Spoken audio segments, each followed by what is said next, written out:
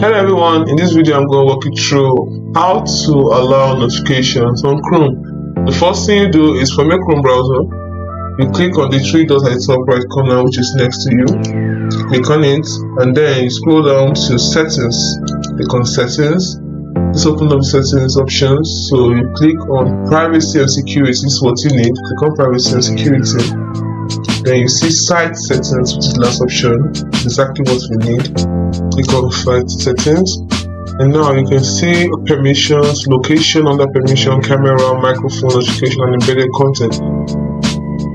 Click on notifications, and then you can see right now you click on this, which means you allow sites to ask you for notifications, to ask permission to send notifications. So once, if you do not want this, click on the second, which is do not allow, but we want this, so you click on this.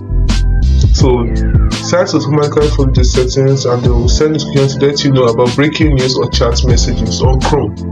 Now you can decide also to further choose whether you want to collapse all requests in the address bar, or you want to collapse unwanted requests, which is the recommended one, or you want to expand all requests. It depends on you. Choose the one you want. So it is as simple as that. Hope you found this video helpful. So if you did, like and subscribe to this channel for more. Thanks for watching.